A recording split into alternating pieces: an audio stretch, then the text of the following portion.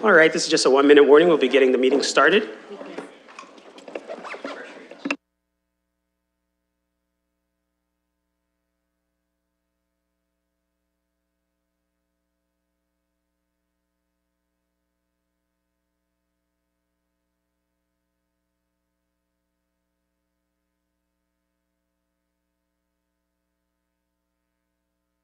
All right, we'll call the meeting to order. Just look for, before we get into that, this is the final London Police Service Board meeting for 2018.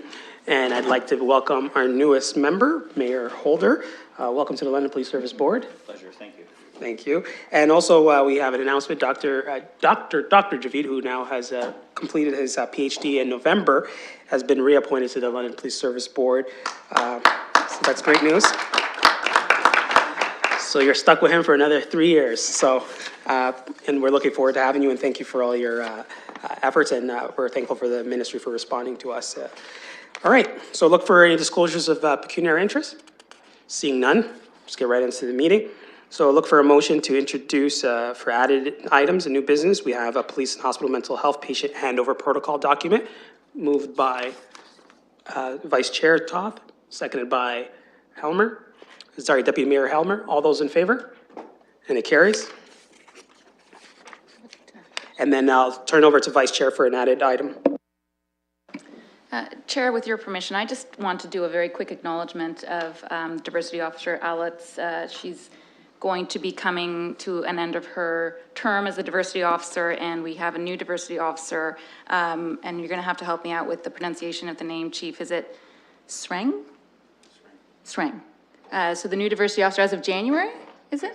Will be Officer Sreng, and I'm really looking forward to working with him. And I just wanted to acknowledge that Officer Alat has done incredible work as a diversity officer, and we've received numerous accolades. And every time I'm out in the community, I hear wonderful things about her. So thank her. If anyone can pass that message along, please. Oh, there she is right there. I should be addressing you directly. I apologize, Teresa. I didn't see you there. Teresa is here to receive my, now she's hiding, but again, thank you for all the work. I can't express enough how much you've done in the community, and Officer Sreng has big shoes to fill. I'm sure he'll do a great job, and we're looking forward to meeting him as well. Thank you. And thank you, Vice Chair, for that. And on behalf of the London Police Board, thank you for all your efforts. It's much appreciated. And you'll be receiving an appreciation letter from us. So we'll put that on the agenda as well. So thank you so much. So now we'll go over to public briefing notes. We have a delegation to the board, Mr. Brian Hill. I think everybody knows Mr. Brian Hill. So he's representing the urban Indigenous community of the City of London to the meeting. Mr. Hill presented a sacred eagle feather to the London Police Service at National Indigenous Day celebration, which pretty much everyone on this police service board attended, and we all got to witness that. And today was just to explain the significance of it to the board in greater detail and the story behind the feather. So if I'd like to welcome Mr. Brian Hill. I'm not sure if he wants to come up here or it's your home, so whatever you like. But I think if you could get a microphone on so that we can capture you on the video so people at home can follow you. Next time we'll get you a wireless mic, okay?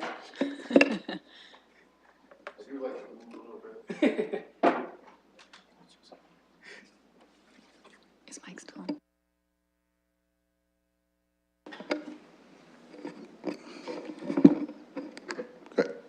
Siguli sagwe, si siguli ningets, ang kaliing wano, on your dagan ng hajot.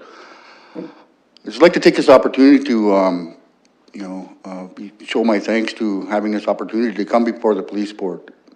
Like Councillor Lee stated that this presentation was done in June at Solidarity Day, which happens to be the longest day of the year, the longest sunshining day of the year.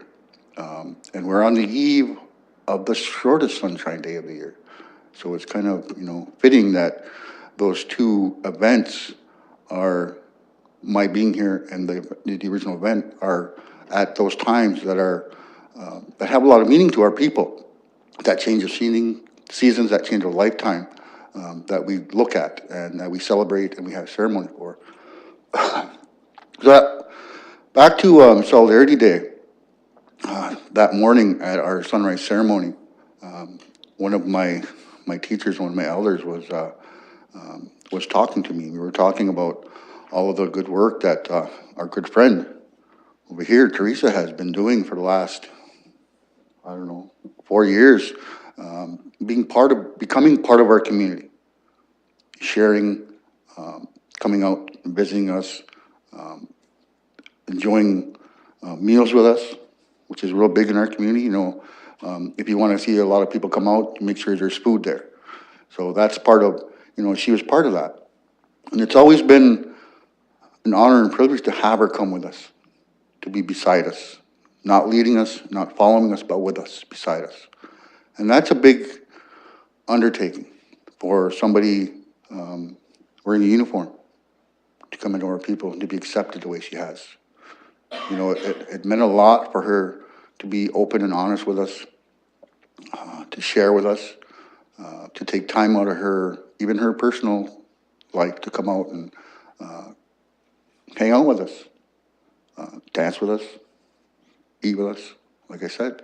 So it's part of that whole relationship building that we've been doing for the last 4 years, myself included with Chief Paray, Deputy Chief Williams, Deputy Chief Longworth, Councillor Salee, and Councillor Helmer, Vanessa, and my friend Susan, my friend Vanessa too. I've never met the doctor yet, but I'm pretty sure that we'll make acquaintances coming soon. And I've, you know, shared some emails with Jennifer. Appreciate her openness on those emails as well. We just chatted about that. You know, that makes it the history there, the history between our people, the City of London, and the London Police Force is not a good one. Never has been. Since contact time. But over the last 4 years, some of the people sitting in this room have made an effort to change that, to welcome us, to share with us, to become our friends. And, you know, it means a lot, not just to myself. Because I know, I spoke of this before with Chief Paray and the deputies, that I know what I'm doing is not going to make any changes tomorrow. Not going to make any changes next week. The things that I do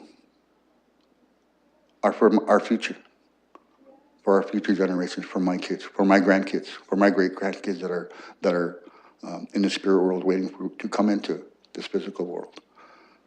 And we are taught that. We are taught that everything that we do today will have an effect 7 to 8 generations down the road. So kind of what I'm doing today, although I know I get some unkind words about what I'm doing, where I'm doing it, but that's part of that struggle. That's part of that struggle my ancestors went through. Those ones that came before me, those ones that were part of that first contact time, that were part of that colonization time, that were part of that residential school time, as part of that 60 scoop and all those other things that occurred over those years. But I come to you before you today to talk about this item that I presented on behalf of the London Urban Indigenous community. It wasn't just from NAMIT.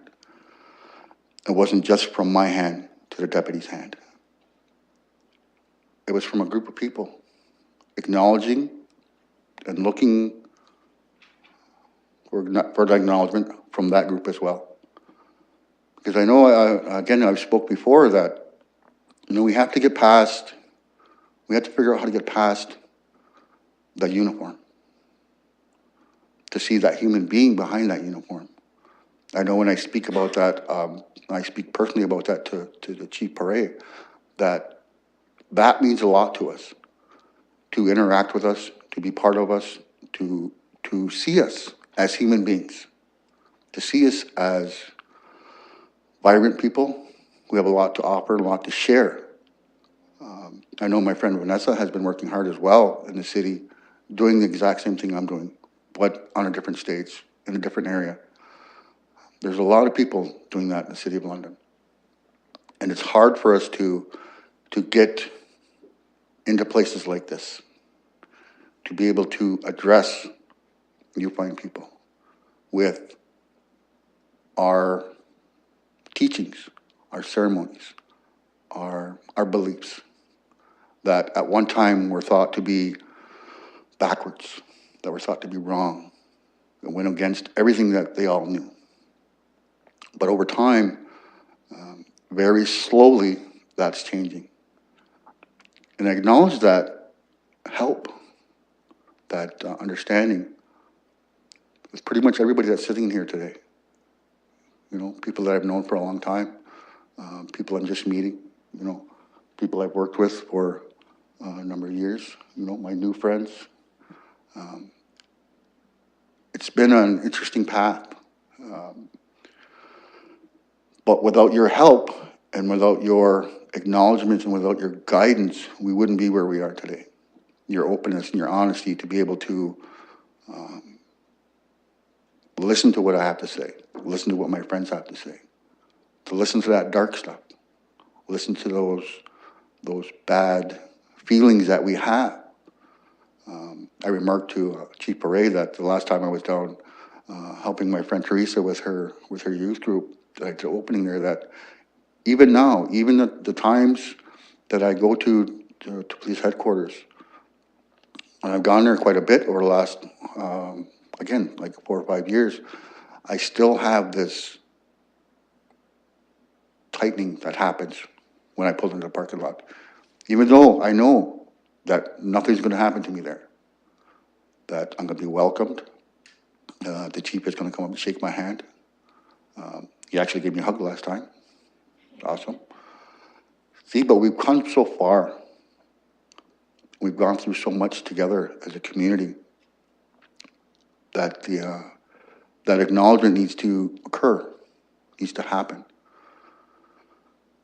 So that morning after sunrise ceremony, like I said, I was kind of talking with my friend, my elder, my teacher, through that whole ceremony. And he was talking about how it was nice to see the diverse group of people that were coming for our ceremonies.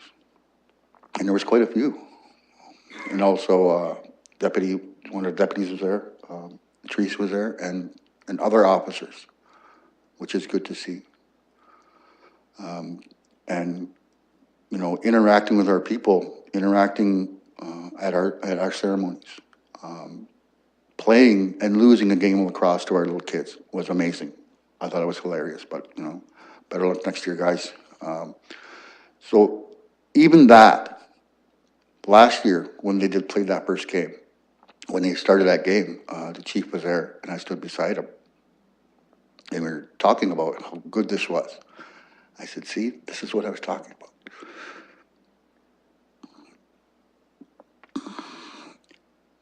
Coming together as human beings, rather than Indigenous people and the police.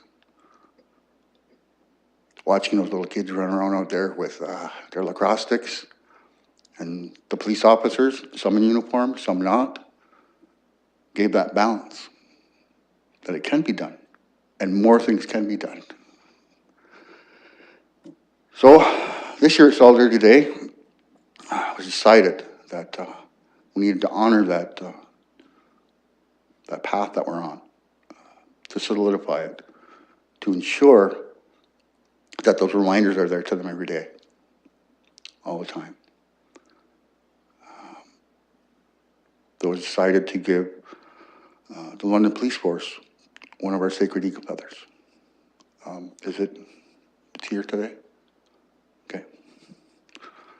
And I ask that you also, you know, not at every meeting, but remember it, take care of it. I know I'll be back because there's certain things that need to be done for that eagle feather to honor where it came from and where it's going. Because we're told that we don't own those. We don't own those feathers. We're just caretakers of it for this time. At this time, right now, we're just taking care of them. Where it's going to be going later, we have no idea. Because there's a lot in that eagle feather. There's a teaching around that whole feather. And if you don't mind, I'm going to come and get it, and I'll explain that teaching to you.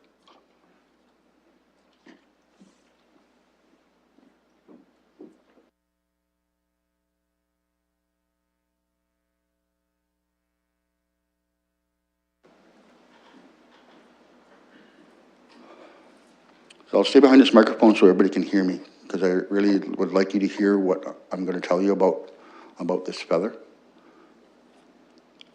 And feathers in general, eagle feathers in general. You know, some people will look at this and say, oh, that's a pretty bird. You know, that's a nice bird feather. It's nice, you know, nice colors, and it's big. And yes, it is. When you look at it, it's a feather. But to Indigenous people, it's a symbol.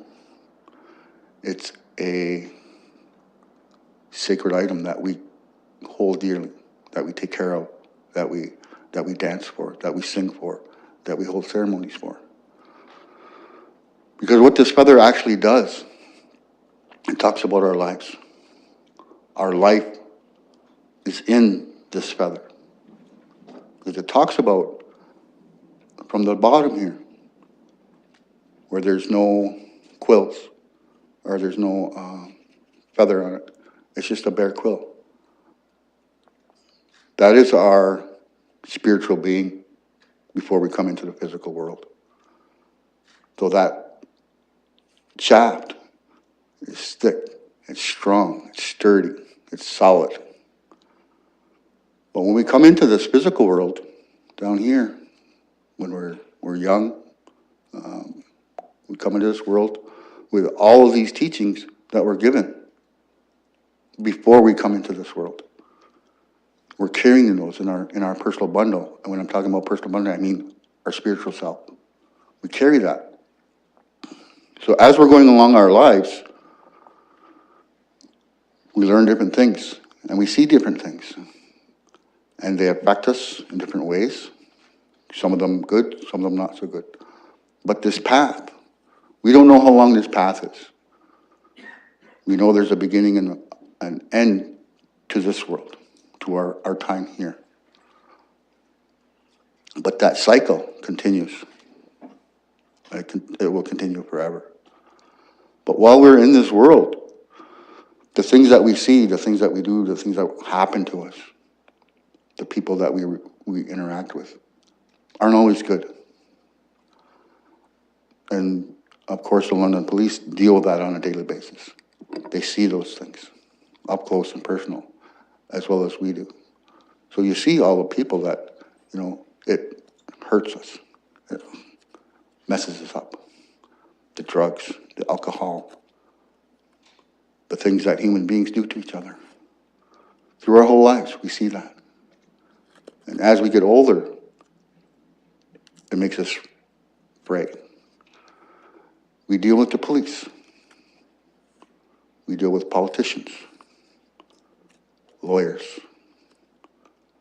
people like that all our lives that aren't part of our original natural lives. So as we go along, we see those, and they make us not whole. Although we're still on this path, we have all these distractions and all these things that happen to us that make us like this. But we have an opportunity to come together, to look at those things and help each other. Put each other back together, to help, to share, to give love, to get love, to share respect, to share that truth, to share those honesty, all those good things in life. So that when we get to this part, that our lives are, once again, the way they should be. In balance, in harmony with nature, as it's meant to be. The Creator's way, which is our way. And no, it's not easy. A lot of us, myself included, try to coexist in those worlds. In this world, and in this world. It's a tough balancing act. A lot of people have a hard time doing it. But it's people like yourselves, people like my friends behind me, my friends from other areas that come and also help, that can help us get our lives straightened back out again. That's the true meaning of an eagle feather, because it talks about our lives. Talks about those things that we come across in our daily lives, those distractions, and those other things that take us from that path, our life path. But you can see that those things aren't very long. The only part that's everlasting in there is our spirit path, our spirit life. And that's what we try to be part of and try to live in on a daily basis. And like I said, it is kind of tough. But being part of coming into this building today, coming into council chambers, speaking to you, for you taking your time out of your busy schedule to listen to this, to hear it,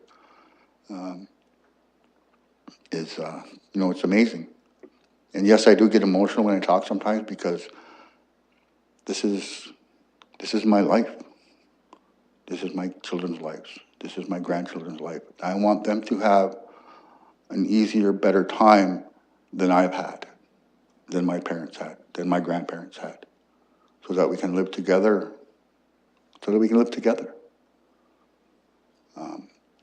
Hopefully one day that may happen. But the only way it wouldn't happen is if we gave up. And I believe what we've started with yourselves and my friend Teresa, we've started something, and we can't stop. We need to carry it on. It needs to grow. It needs to become part of this. It needs to become part of our life, our lifeline, our life path. Chief knows that I could stand here all day and I could talk about this and talk.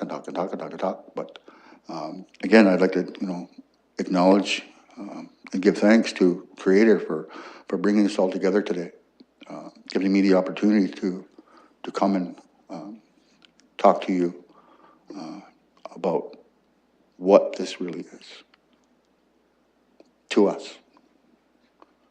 I was, when Deputy Longworth brought it up to me, he was crediting it.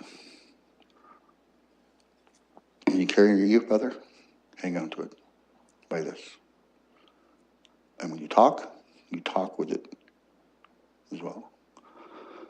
I know it would be kind of hard in this type of setting, but there's times where we use these as well in our ceremonies and in our gatherings, that you don't talk unless you have this. I know I'm talking because I'm the only one with a working microphone right now. So, but it's that meaning behind what this means to us. And I hope the few words that I've shared with you today will help you understand that, and to give you something to think about. Again, that's part of what I've been trying to do pretty much my whole life, is when I talk to people, when I talk to groups, is to not change who they are, not to change their thinking, but to give them something to think about. So one day you go, aha, I remember when Brian said that. And that makes kind of sense. So again, Yonko, for allowing me this opportunity, and we'll see you again soon. Thank you. Thank you very much, Mr. Brian Hill. I really appreciate it. Thank you for honoring us with your presence. And I'll just look to Chief, if you wanted to say anything. If I could, one of the things I learned from Brian is that you should always go first and not let him speak first, because he speaks so eloquently and always does a great job. Just, I wanted to comment on a few things, and first of all about the relationship. And I go back to when we had a community collaboration working group, myself and Councillor Salee and Susan was part of it, and Brian. And I remember going into the first meeting, and I have to admit that there was some fear on my behalf walking into that meeting. And one of the things that I always respected and I appreciated when going into those meetings is that we could have those difficult conversations. We could have different of opinion, and it always ended on a positive note with us still wanting to work together. And I honestly believe that it doesn't matter if it's a personal relationship or a professional relationship. It doesn't happen overnight. It takes time, and you have to continue to work on it. And one of the things that the London Police Service appreciate is, and a lot of work that from Brian, is continually working with us, teaching us, and allowing us to admit our mistakes, but not holding it against us, and allowing us to continue to move on. And the presentation of the feather is a complete honor. Now, mind you, you did give it to Daryl. The one time I go to the Ontario Police College for the sunrise ceremony, you give the feather, and Daryl hasn't let it go. Gets very protective of it if you walk in his office and even look at it. So it is going to be well kept, and we really appreciate it, and it's an absolute honor for us. So thank you, Brian.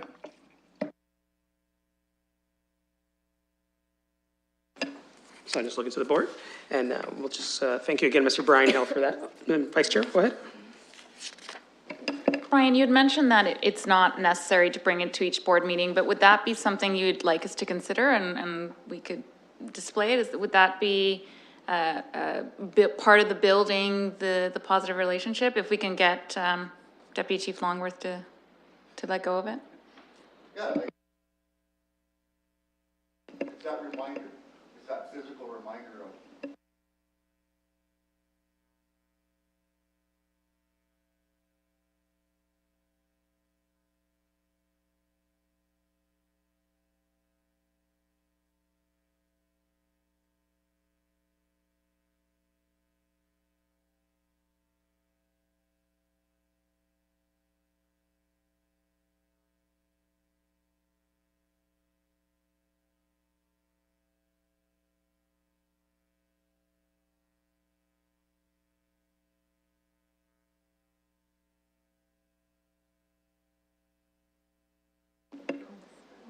So yeah, it'd be awesome if it could be here every.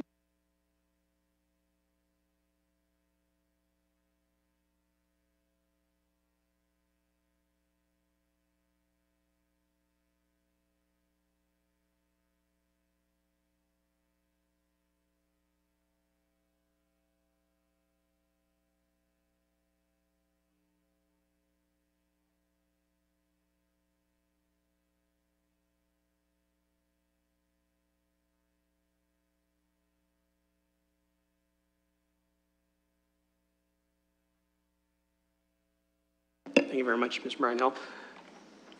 All right, and we'll go to the minutes from the November 15th meeting. Look for a mover and a seconder. Moved by Helmer, seconded by Susan. All those in favor? And it carries. So the Human Resources Report, Deputy Longworth for board members. Any questions on this item? Look for a mover. Moved by Helmer, seconded by Vanessa. All those in favor? And it carries. Proceeds of the October 15, 2018 auction.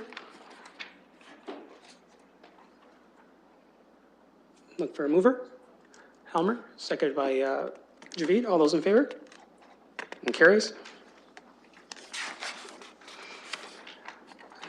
Chief, Ontario Provincial Police Accolade Awards 2018. Thanks, Mr. Chair. Just I wanted to bring to the board's attention members of London Police Service that were recognized recently at the OPP Accolade Awards in Orillia at their police headquarters, and the information is contained there, and I just know that the board quite often likes to recognize members and their achievements, and I thought I'd just bring that to your attention for that purpose. Thank you very much, Chief, and again, just wanted to, if you maybe just wanted to highlight, just give us a quick snippet if you have that information, just so the members of the public can appreciate the accolades or the members recognized. So what the award recognizes the partnership between the London Police Service, Woodstock, and OPP in a multi-jurisdictional investigation involving the Wettlaufer. I can't get into a lot of the details because it's a matter before the courts, but essentially it was a multi-jurisdictional major case that was managed by the OPP with the three police services partnered. And it was interesting listening to the major case manager speak about how well the three services work together and through this investigation. And I think it just speaks to the quality of the people from all three organizations that were willing to share the workload and work together for a positive outcome. And it's not always the case. And so it was just nice that that's got recognized for the work that went into it. Thanks, Chief, and congratulations on behalf of the police board to your members. So public reports, we had a number of letters, and just looking for any questions, it was a letter to the minister, a letter from Paul Jenkins, Chair of Western Board of Directors, email, as well as letters of annual stipends, and welcome letter from Minister Sylvia Jones. Seeing any discussion on those? Look for a mover. Moved by Deputy Mayor Helmer, seconded by the Mayor. All those in favor? And it carries. Emergency room handover protocol verbal, and we'll turn over to Dr. Javid. My apologies, Vice Chair. Thank you, Chair. So this is stemming from some really important work that Dr. Sequeira has been doing as the chair of the community relations meetings. And you'll recall in September, we as a board passed a motion to do more in terms of addressing mental health issues in the city and also within the police force as well. And what emerged from those community consultations was an issue around the handover from police into the custody of the hospital under the Mental Health Act when that would occur. And one of the things that was brought to the board's attention was that there was a significant protocol that was developed to handle these matters to ensure that they were done in a safe, effective way that also honored the dignity of the patients. And unfortunately, for various reasons, I'm sure that seemed to have stalled. And I know that Chief Perry was involved in the development of that protocol. So what we'd like to do today is bring that attention back forward to that issue. And I'd like to suggest, and I'll let Dr. Sequeira speak to this as well, but I'd like for this to be an advocacy point from the board's perspective. And perhaps Dr. Sequeira, if you wanted to fill in some of those blanks, and then we can go to the motion. So absolutely, thank you, Vice Chair. The matter was brought forward, as folks are aware. We passed a motion, and we really, as a board, are taking the issue of the intersection between mental health and policing very seriously. We're looking at what we can do as a board that's tangible, that's actionable, to advance issues of concern. The other item that I would say is that the issue of mental health continues not to be an us versus them issue. This is an issue that's a whole community issue. It's not one group versus the other. It's not one sector versus the other. There is an incredible community in London that's all ready and willing to come together to address these challenges, which there are many. So specifically, the item today is in regards to the handover process that occurs. It is not simply a local issue. This is a provincial issue. This is an issue that other jurisdictions have also dealt with. Fortunately, while our wait times are still longer than we would like them to be, they are much lower than other jurisdictions. And I know that our chief has shown provincial leadership on this issue and would invite him to speak to some of the lessons learned from that process and what we can advance as a board today to shed more light on the issue as we work together with all partners on some common sense solutions. Thank you for raising this very important issue. And I mean, I give credit to other people that have at the London Police Service, and I go back to retired Deputy Chief Ian Peer and the work that he did for many, many years in this area, sitting on the provincial committee, and some of the work that was done by former employee Lisa Heslop around the intersection of people in mental health crisis and the criminal justice system. And she did two studies, 2001 and 2011, that really kind of speaks to what we're trying to achieve here. And what the study essentially has demonstrated is that individuals that are supported do well in the community and have less interaction with the police. So the protocol that was developed, and this, I have to give a lot of credit to the Provincial Human Services Justice Coordinating Committee that did a lot of research, and this started back in about 2012. And what they did is they started to look across the province on different protocols that were in place between police and hospitals, or if there was no protocol, what was working, what wasn't working.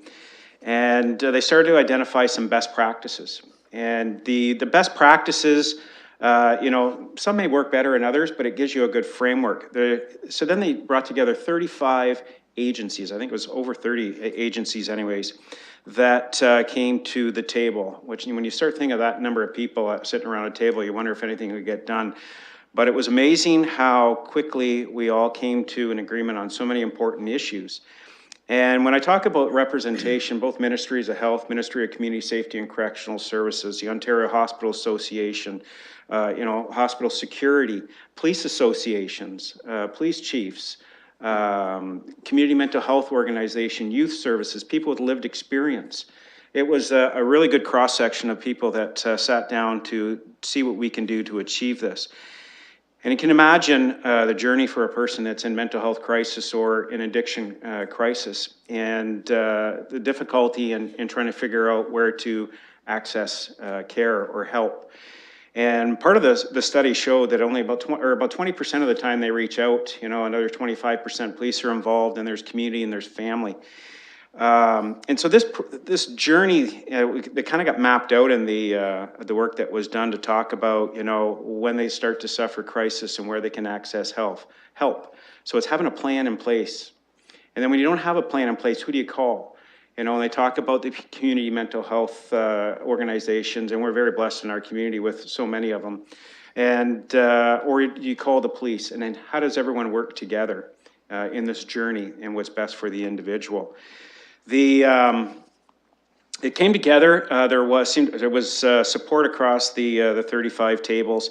You know, it was a previous government, and I know that during that period of time, I think we had 3 or 4 different dates we had set aside to announce this framework, and a minister would get transferred, and then we'd start all over in the process. It just seemed like a cycle that never ended. I know the OACP, the Ontario Association of Chiefs of Police, I've been a part of as one of the vice presidents. We continue to talk about it. I know that it's gone back to our minister to reconsider this process. And Superintendent Bill Chantler now has replaced me on the provincial committee, and I know that he continues to push it along with many of the people around that table. And I just wanted to point out what we really, when we developed this, these tools and this framework, and really what we were trying to achieve, and the number one thing that came out was improving outcomes for persons in crisis when they're accompanied to an emergency room, respecting the individual's rights and privacy. And not every hospital in this province do they have a room that's out of the public view.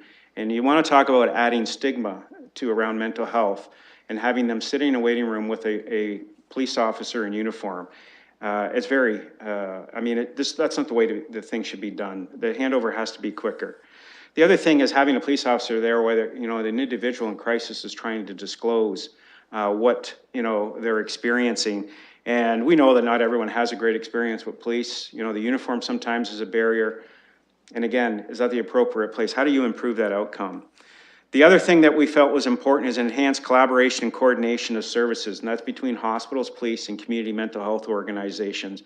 Because within this framework, it talks about everyone's roles and responsibilities. There's training, there's committees that are struck with decision makers that can resolve issues that come up.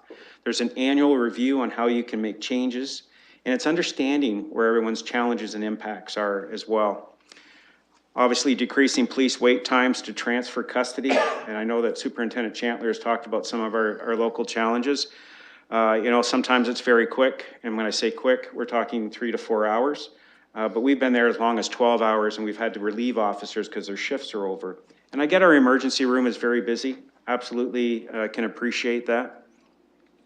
The other thing that this addresses is protection of healthcare workers, and we know it's a big topic in our community or in the hospitals, and not only in our community but elsewhere, ensuring that there are proper safety to protect the workers within the hospital, and obviously public safety. And the other thing is identifying strategies and solutions to issues and as they arise. So that's what the committee works through. And ongoing monitoring and having some measures. You know, what are some of the measurables around this framework? And really the annual review is an opportunity for that to update the terms of reference and making sure that we move forward. So I appreciate the board bringing this forward, and I appreciate your support. Doctor, you were absolutely correct. When this is not just a local issue, it's a provincial issue. And it really needs to go to the ministries to roll this out across our province so that we can ensure that we improve outcomes for everyone across Ontario. Thank you, Chief. I'll just look over to the Vice Chair, I believe. Thank you, Chief Perret and Dr. Sequeira. I also want to, you mentioned his name, but I want to again point out the work that Superintendent Chandler has done, and he and I had a conversation about this, and he took the time to do that. He helped with the briefing notes that are in part of the public agenda. What I'd like to do is pass a motion. It's a three-part motion. And the motion would be that the London Police Services Board will commit to writing a letter to the Ministry of Health and Long-Term Care and to the Ministry of Community Safety and Correctional Services to advocate for that the protocol that has been developed back in 2016 for the effective and efficient transfer of care of mental health patients from police custody to hospital custody be revisited and implemented. The second part is that we also write to the Police Services Board Association, our umbrella organization, the Ontario Association of Police Services Boards, to put this on their radar and to seek support from them to advocate for this protocol on behalf of all police services boards in Ontario, again, in order to have that province-wide consistency. And then the last piece of the motion is simply to continue to work with the London Health Sciences Centre to advocate for the safe, dignified, effective, and efficient transfer of care between mental health patients from police to hospital. It was moved by Vice Chair Toth and seconded by Javid. Look for any further discussion. All right, we'll call the question. All those in favor? And it carries.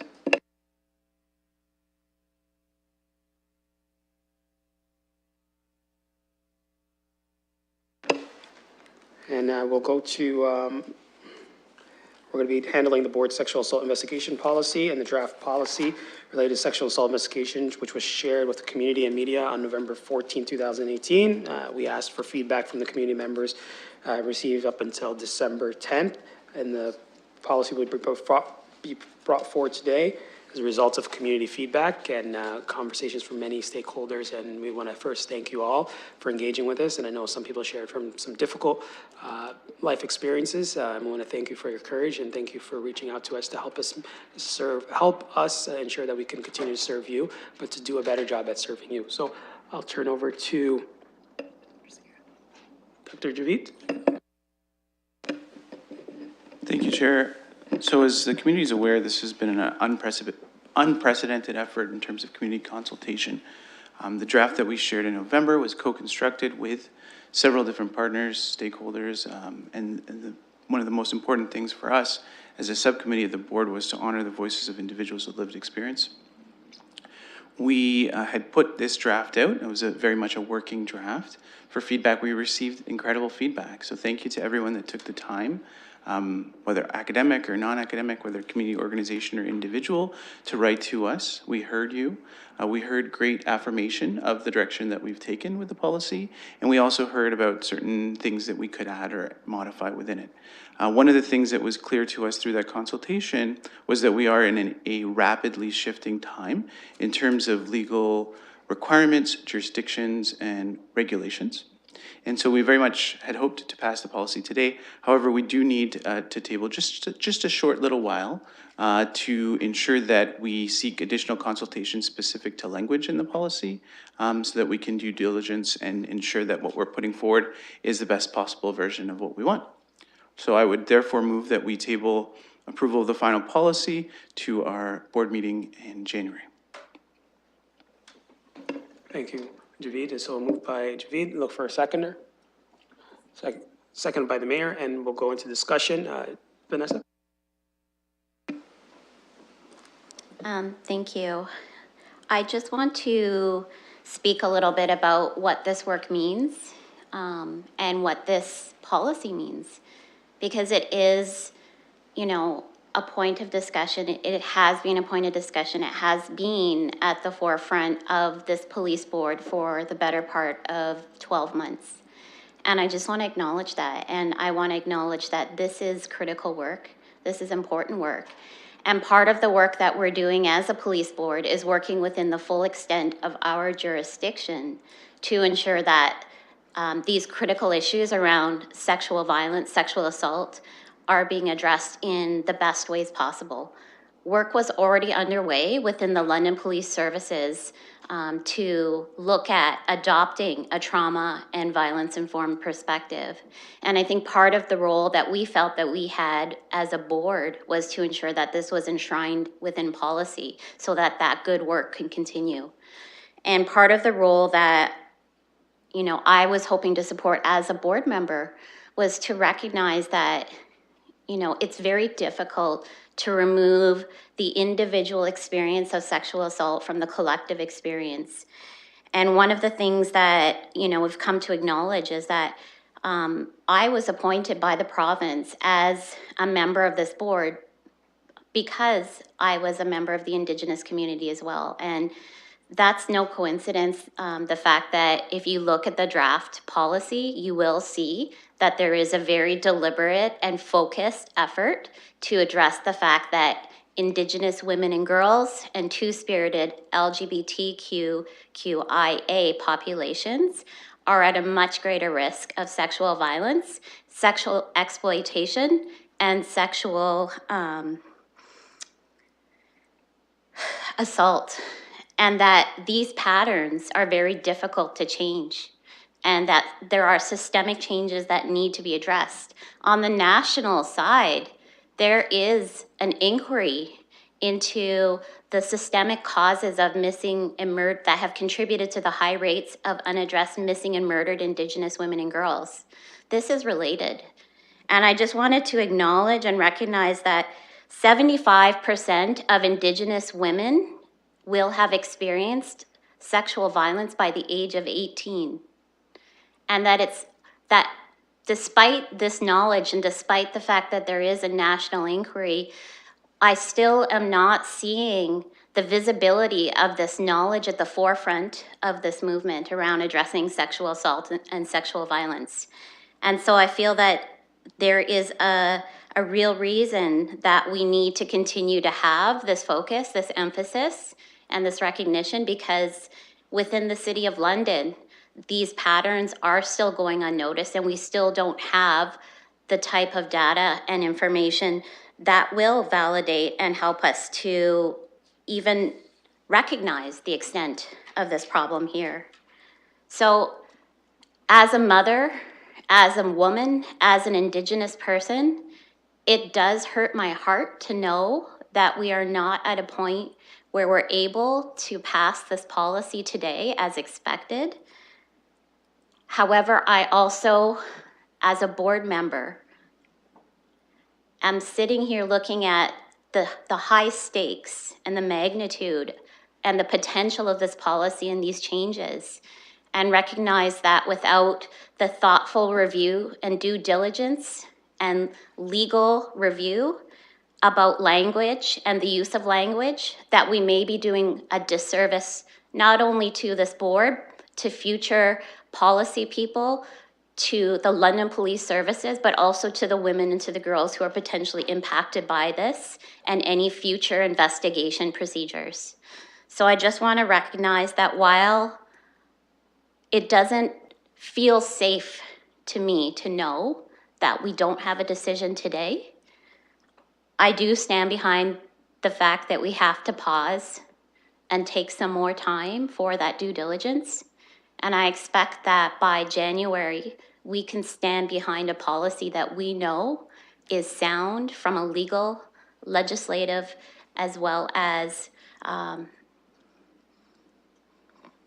trauma and victim-centered approach. So I just wanted to say that, and I wanted to put my support behind the work that has been done, not just by this board, not just by individuals, but by the collective, by the women who have come forward, who have shared their stories, and I just want to honor them for that.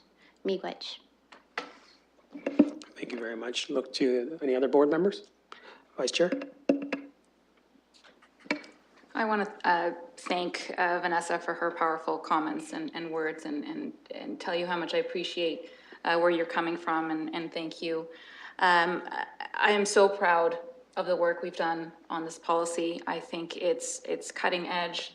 I think it's incredibly powerful. It sends a powerful message to the community about our commitment on this issue. And I wanted to acknowledge how supportive administration has been on this issue every step of the way. And as Vanessa mentioned, had already started doing this work. So I wanted to add that piece in.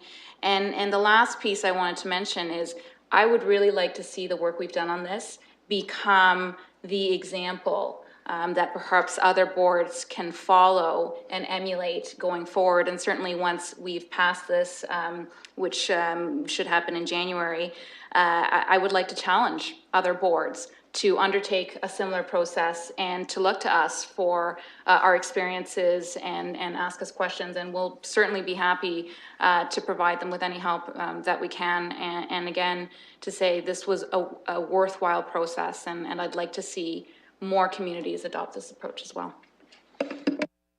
Thank you, Vice Chair. Councillor, Deputy Mayor Helmer?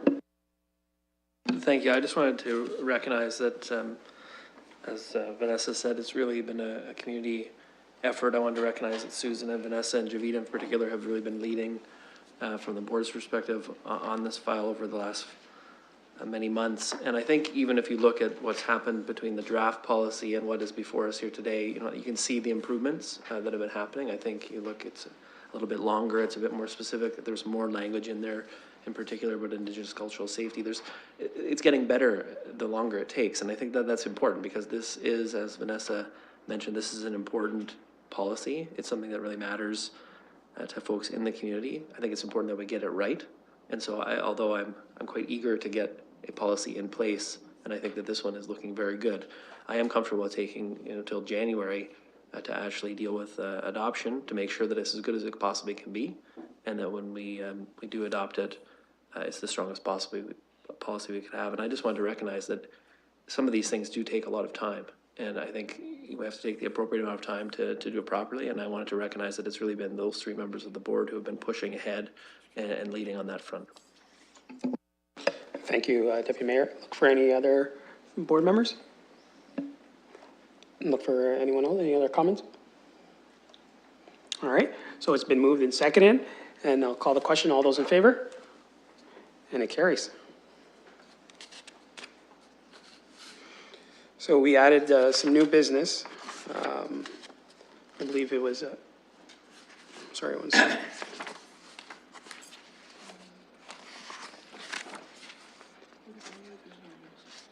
Protocol. We didn't have the protocol when we first got the agenda for this hospital.